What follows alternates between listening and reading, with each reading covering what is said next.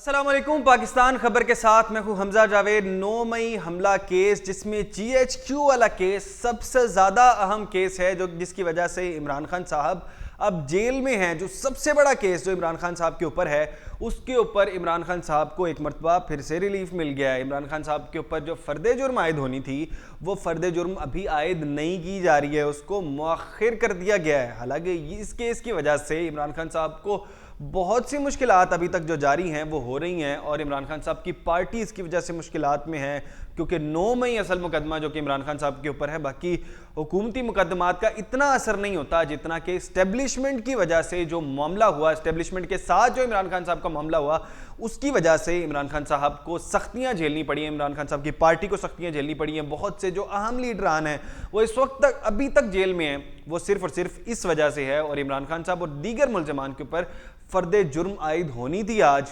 और आज आयद नहीं हुई, मौखिर कर दी गई। उसकी वजह क्या है, मैं आपको वजह बता देता हूँ। देखिए, चालान पेश किया गया, उस चालान में कहा गया कि इमरान खान साहब के एक पहले साबिक वज़ीर थे राजा बिशारत साहब और वो कुछ कारकुनान को लेकर 9 मई को जब इमरान खान साहब गिरफ्तार होते हैं, तो बहुत से कारकुनान को लेकर और GHQ के बाहर आए, उन्होंने एहतजाज शुरू कर दिया। एहतजाज के बाद वो आगे बढ़ना शुरू हुए, एहतजाज बढ़ता रहा, उन्होंने नारेबाजी की, उन्होंने कहा ये जो दहशतगर्दी है उसके पीछे वर्दी है, ये वाला नारा लगाया।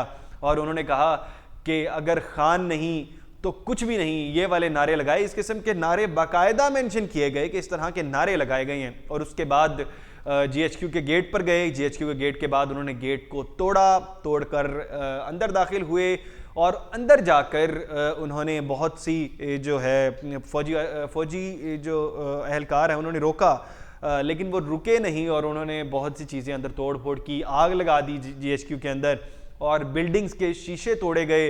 एक वक्त ऐसा था कि आमना सामना हुआ, और आर्मी के जो अहलकार हैं उनका और कारकुनान हैं वो डंडे पत्थरों से जो है वो आर्मी के साथ लड़ते रहे, और उसके बाद उन्होंने बहुत नुकसान पहुंचाया, आग वगैरह लगाते रहे, पेट्रोल बम चलाया, और बहुत संगीन जो है वो बातें उसमें शामिल की गई हैं कि इमरान खान साहब के होते हुए ये हुआ, और इसकी प्लानिंग जो है वो इमरान खान साहब ने की है। ये टोटल मुकदमा है, और वो कहते हैं कि ये मुकदमे के पीछे इमरान खान साहब बराह रास्त शामिल थे, और जो राजा बिशारत साहब हैं, राजा बिशारत साहब भी जो है वो इसमें जो है हिस्सा उनका बहुत ज़्यादा था, क्योंकि राजा बिशारत साहब इसको लीड कर रहे थे, साबिक सूबाई वज़ीर थे इमरान खान साहब के।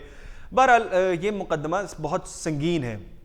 जब ये अदालत में पेश हुआ, तो अदालत में जो कि वकील थे पाकिस्तान तहरीक इंसाफ के बाबर अवान साहब ने कहा कि मैंने जज साहब को तस्वीरें दिखाई हैं जो कि मरी रोड की तस्वीर हैं, उसके अंदर पाकिस्तान तहरीक इंसाफ के कारकुनान के हाथ में झंडा है, लेकिन वो इस तरह की कोई सरगर्मियां नहीं कर रहे हैं, जो कि इस तरह की सरगर्मियां करने वाले पाकिस्तान तहरीक इंसाफ के लोग नहीं है। पाकिस्तान तहरीक इंसाफ का मौक़िफ़ शुरू से ये है कि पाकिस्तान तहरीक इंसाफ के लोग शामिल नहीं थे 9 मई में, ये पाकिस्तान तहरीक इंसाफ के खिलाफ साजिश है। जबकि इस्टेब्लिशमेंट का मौक़िफ़ ये है कि जब तक इमरान खान साहब माफ़ी नहीं मांगेंगे इस मामले के ऊपर, उस वक्त तक इमरान खान साहब को माफ़ नहीं किया जाएगा, इमरान खान साहब को रिलीज़ नहीं किया जाएगा। इमरान खान साहब को माफ़ी मांगनी चाहिए, इस्टेब्लिशमेंट कहती है, और माफ़ी मांगनी चाहिए सरेआम, वो जो है यानी कैमरे पे हो सकती है, ये किसी तरह भी पूरी मीडिया के सामने माफ़ी मांगेंगे इमरान खान साहब, तो इमरान खान साहब को रिलीफ मिलेगा। तो बहरहाल इमरान खान साहब को मौक़िफ़ ये है इसके ऊपर कि हम इसमें शामिल ही नहीं हैं, हमने ये किया ही नहीं है। वो कहते हैं साबित करें, इमरान खान साहब कहते हैं। और इमरान खान साहब ने यह भी कहा था कि अगर मेरे कोई कारकुनान या मेरे लोग दरमियान में शामिल होते हैं तो आप जो सज़ा कहेंगे मैं उसके लिए तैयार हूँ, मैं उन लोगों को निकाल दूंगा, आप उन लोगों को जो मर्जी सज़ा दें, मैं उन लोगों को पार्टी से निकाल दूंगा, और फिर मैं माफ़ी भी मांग लूँगा अगर तो मेरे लोग शामिल हैं, लेकिन मेरे लोग शामिल नहीं हैं। इमरान खान साहब का मौक़िफ़ ये है, लेकिन जो है इस्टेब्लिशमेंट का मौक़िफ़ ये है कि ये पाकिस्तान तहरीक इंसाफ ने ही करवाया है। वो कहते हैं कि अगर पाकिस्तान तहरीक इंसाफ ने नहीं करवाया तो इतने सारे लोग अचानक से वहाँ पर कैसे पहुँचे, उनकी कॉल थी तो पहुँचे थे।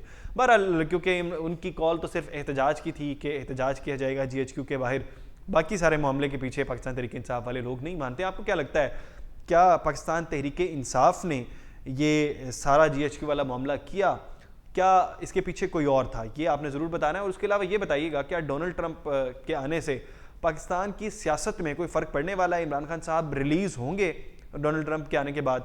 कमेंट बॉक्स में ज़रूर बताइएगा। इसके साथ अपने मेज़बान हमजा जावेद को दीजिए इजाज़त। अल्लाह ने के बाद।